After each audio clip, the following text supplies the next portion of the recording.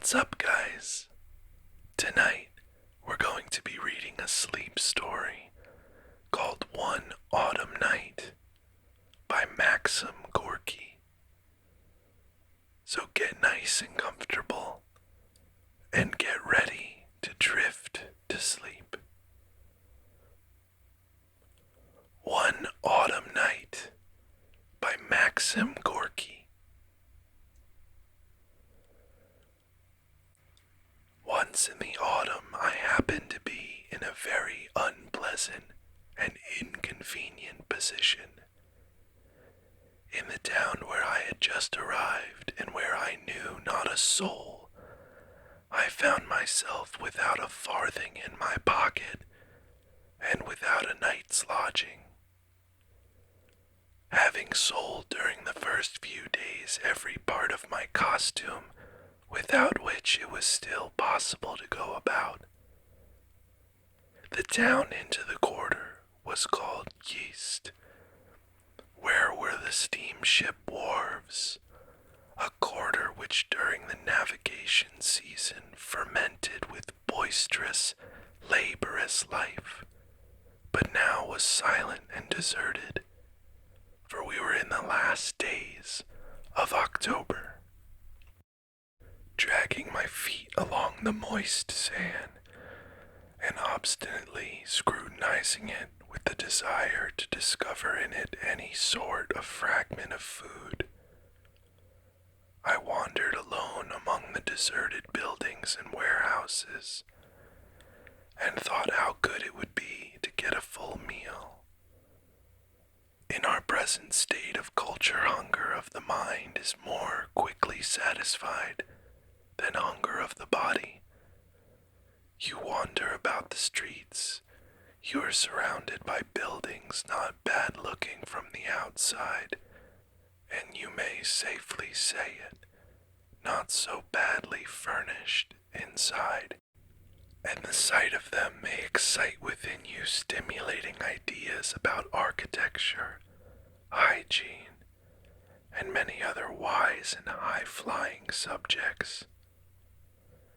You may meet warmly and neatly dressed folks, all very polite, and turning from you tactfully, not wishing offensively to notice the lamentable fact of your existence.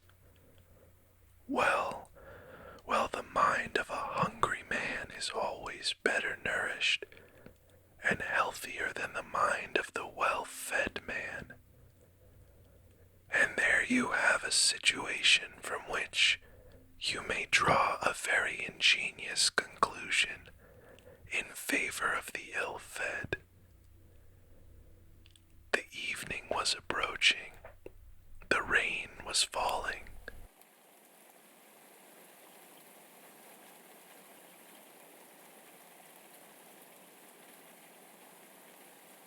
And the wind blew violently from the north.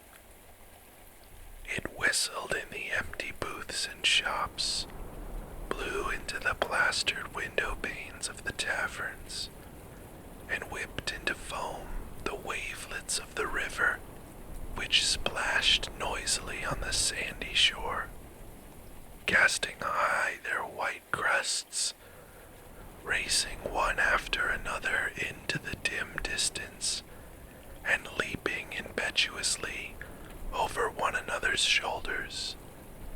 It seemed as if the river felt the proximity of winter and was running at random away from the fetters of ice which the north wind might well have flung upon her that very night. The sky was heavy and dark. Down from it swept incessantly scarcely visible drops of rain, and the melancholy, edgy in nature all around me was emphasized by a couple of battered and misshapen willow trees, and a boat, bottom upwards, that was fastened to their roots. The overturned canoe with his battered keel and the miserable old trees, rifled by the cold wind, everything around me was bankrupt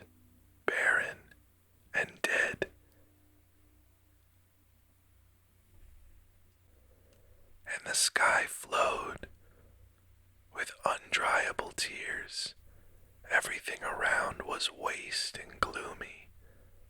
It seemed as if everything were dead, leaving me alone among the living. I was then 18 years old, a good time. I walked and walked along the cold, wet sand, making my chattering teeth warble in honor of the cold and hunger, when suddenly, as I was carefully searching for something to eat behind one of the empty crates, I perceived behind it, crouching on the ground, a figure in women's clothes, dank with the rain and clinging fast to her stooping shoulders. Standing over her, I watched to see what she was doing. It appeared that she was digging a trench in the sand with her hands, digging away under one of the crates. "Why are you doing that?" I asked, crouching down on my heels quite close to her. She gave a little scream and was quickly on her legs again.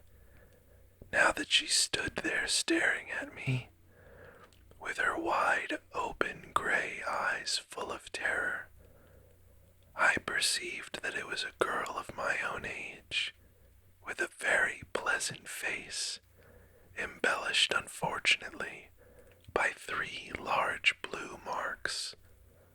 This spoiled her, although these blue marks had been distributed with a remarkable sense of proportion, one at a time, and all were of equal size, 2 under the eyes, and 1 little bigger on the forehead, just over the bridge of the nose. This symmetry was evidently the work of an artist, well inured to the business of spoiling the human physiognomy. "I suppose you want something to eat. Dig away then, my hands are tired. Over there," she nodded her head in the direction of a booth. "There is bread for certain, and sausages too. That booth is carrying on business." I began to dig. She, after waiting a little and looking at me, sat down beside me and began to help. We worked in silence. I cannot say now whether I thought at that moment of the criminal code, of morality, of proprietorship, and all the other things about which, in the opinion of many experienced persons, one ought to think that every moment of one's life. Wishing to keep as close to the truth as possible, I must confess that apparently I was so deeply engaged in digging under the crate that I completely forgot about everything else except this one thing. What could be inside that crate? The evening drew on. The gray, moldy, cold fog grew thicker and thicker around us. The waves roared with a hollower sound than before, and the rain pattered down on the boards of that crate more loudly and more frequently. Somewhere or other, the night watchman began spinning his rattle. "Has it got a bottom or not?" softly inquired my assistant. I did not understand what she was talking about, and I kept silence. "I say, has the crate got a bottom? If it has, we shall try in vain to break into it. Here we are digging a trench, and we may, after all, come upon nothing but solid boards. How shall we take them off? Better smash the lock. It is a wretched lock." Good ideas rarely visit the heads, but as you see, they do visit sometimes. I have always valued good ideas, and have always tried to utilize them as far as possible. Having found the lock, I tugged at it and wrenched off the whole thing.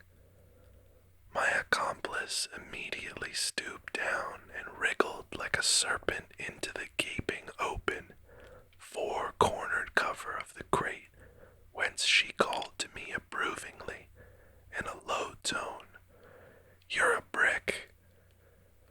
Nowadays, a little crumb of praise from a woman is dearer to me than a whole dithyramb from a man, even though he be more eloquent than all put together. However, I was less amiably disposed than I am now, and, paying no attention to the compliment of my comrade, I asked her curtly and anxiously, "Is there anything?" In a monotonous tone she set about calculating our discoveries. "A basket of bottles, thick furs, a sunshade, an iron pail." All of this was uneatable. I felt that my hopes had vanished. But suddenly she exclaimed vivaciously, "Aha, here it is." "What?" "Bread, a loaf. It's only wet. Take it." A loaf flew to my feet, and after it herself, my valiant comrade. I had already bitten off a morsel, stuffed it in my mouth, and was chewing it. "Come, give me some tool, and we mustn't stay here. Where shall we go?" She looked inquiringly about on all sides. It was dark, wet, and boisterous. "Look, there's an upset canoe yonder. Let us go there." "Let us go then," and off we set, demolishing our booty as we went, and filling our mouths with large portions of it. The rain grew more violent. The river roared. From somewhere or other resounded a prolonged, mocking whistle, just as if someone great who feared nobody was whistling down all earthly institutions. And along them, this horrid autumnal wind, and us its heroes. The whistling made my heart throb painfully, in spite of which I greedily went on eating. And in this respect the girl, walking on my left hand, kept even pace with me. "What do they call you?" I asked her. "Why, I know not." "Natasha," she answered shortly, munching loudly. I stared at her. My heart ached within me. And then I stared into the mist before me, and it seemed to me as if the immickable countenance of my destiny was smiling at me enigmatically and coldly. The rain scourged the timbers of the skiff incessantly, and its soft patter introduced melancholy thoughts, and the wind whistled as it flew down into the boat's battered bottom through a rift where some loose splinters of wood were railing together, a disquieting and depressing sound. The waves of the river were splashing on the shore and sounded so monotonous and hopeless, just as if they were telling something unbearably dull and heavy, which was boring them into utter disgust, something from which they wanted to run away, and yet were obliged to talk about all the same.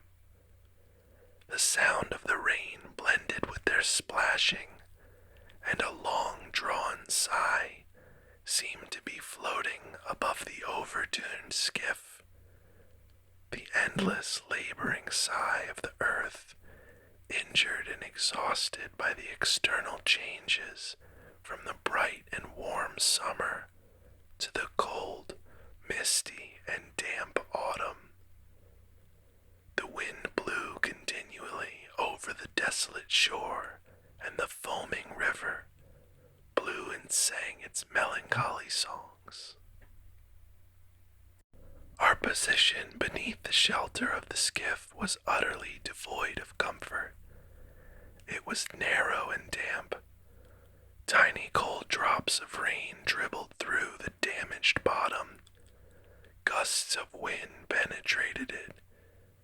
We sat in silence and shivered with cold. I remembered that I wanted to go to sleep. Natasha leaned her back against the hull of the boat and curled herself up into a tiny ball, embracing her knees with her hands and resting her chin upon them.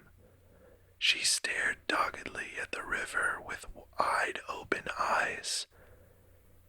On the pale patch of her face they seemed immense because of the blue marks below them. She never moved, and this immobility and silence I felt gradually produced within me a terror of my neighbor. I wanted to talk to her, but I knew not how to begin. It was her self who spoke. "What a cursed thing life is," she exclaimed plainly, abstractedly, and in a tone of deep conviction. But this was no complaint. In these words there was too much of indifference for a complaint. This simple soul thought according to her understanding, thought and proceeded to form a certain conclusion, which she expressed aloud, and which I could not confute for fear of contradicting myself. Therefore I was silent, and she, as if she had not noticed me, continued to sit there immovable. "Even if we croaked, what then?" Natasha began again, this time quietly and reflectively, and still there was not one note of complaint in her words. It was plain that this person, in the course of her own reflections on life, was regarding her own case, and had arrived at the conviction that in order to preserve herself from the mockeries of life, she was not in a position to do anything but simply croak, to use her expression. The clearness of this line of thought was inexpressibly sad and painful to me, and I felt that if I kept silence any longer, I was really bound to weep, and it would have been shameful to have done this before a woman, especially as she was not weeping herself. I resolved to speak to her. "Who was it that knocked you about?" I asked. For the moment I could not think of anything more sensible or more delicate. "Pashka did it all," she answered in a dull and level tone. "And who is he?" "My lover. He was a baker." "Did he hurt you often?" "Whenever he was drunk. Often." And suddenly, turning towards me, she began to talk about herself, Pashka, and their mutual relations. He was a baker with red mustaches and played very well on the banjo. He came to see her and greatly pleased her, for he was a merry chap and wore nice clean clothes. He had a vest which cost 15 rubles and boots with dress tops. For these reasons she had fallen in love with him, and he became her creditor. And when he became her creditor, he made it his business to go to take away from the money he gave her, which her other friends gave for bonbons, and getting drunk on this money. He would fail, but that would be nothing if he hadn't also begun to run after other girls before her very eyes. Now wasn't that an insult? I am no worse than the others. Of course that meant that he was laughing at me, the blackguard. The day before yesterday I asked leave of my mistress to go out for a bit. I went to him, and there I found Dimka sitting behind him, drunk, and he too was half seas over. I said, "You scoundrel, you," and he gave me a thorough hiding. He kicked me and dragged me by the hair, but that was nothing. That was what to come after. "Oh Lord, what will become of me now?" she suddenly whined in a lamentable, overstrained voice. The wind howled and became even colder and more boisterous.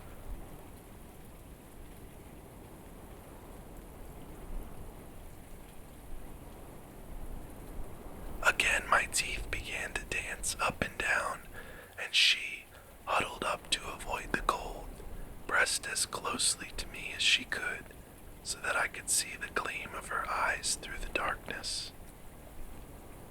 "What wretches all you men are." She cursed us up and down, but there was no vigor, no malice, no hatred in her cursing that I could hear. The tone of her language by no means corresponded with its subject matter, for it was calm enough, and the gamut of her voice was terribly poor. Yet all this made a stronger impression on me than the most eloquent and convincing pessimistic books and speeches, of which I had read a good many, and which I still read to this day. And this, you see, was because the agony of a dying person is much more natural and violent than the most minute and picturesque descriptions of death. I felt really wretched, more from cold than the words of my neighbor. I groaned softly and ground my teeth. Almost at the same moment I felt two little arms around me. One of them touched my neck, the other lay upon my face, and at the same time an anxious, gentle, friendly voice uttered the question, "What ails you?" I was ready to believe that someone else was asking me this, and not Natasha, who had just declared that all men were scoundrels, but she it was, and she began speaking quickly. "What ails you, eh? Are you cold? Are you frozen? Ah, what a one you are, sitting there so silent like an owl. Why, you should have told me long ago that you were cold. Come, lie on the ground. Stretch yourself out and I will lie right here. How's that? Now put your arms round me. How's that? You shall be warm very soon, and then we'll lie back to back. The night will pass so quickly. I say, have you two been drinking? Turned out of your place? It doesn't matter." And she comforted me. She encouraged me. May I be thrice accursed.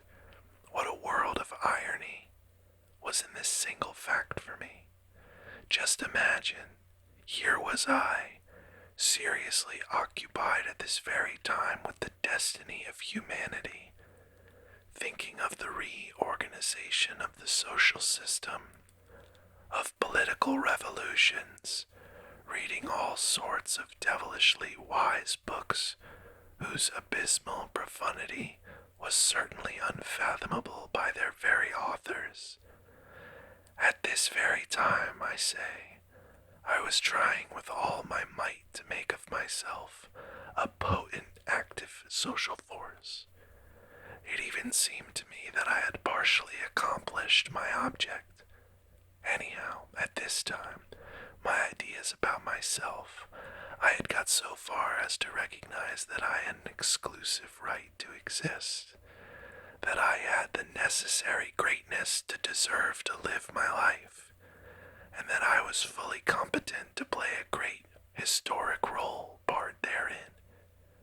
And a woman was now warming me with her body, a wretched, battered, hunted creature, who had no place and no value in life, and whom I had never thought of helping till she helped me herself, and whom I really would not have known how to help in any way, even if she thought of it had occurred to me. I was ready to think that all of this was happening to me in a dream, in a disagreeable and oppressive dream. But oh, it was impossible for me to think that, for cold drops of rain were dripping down upon me.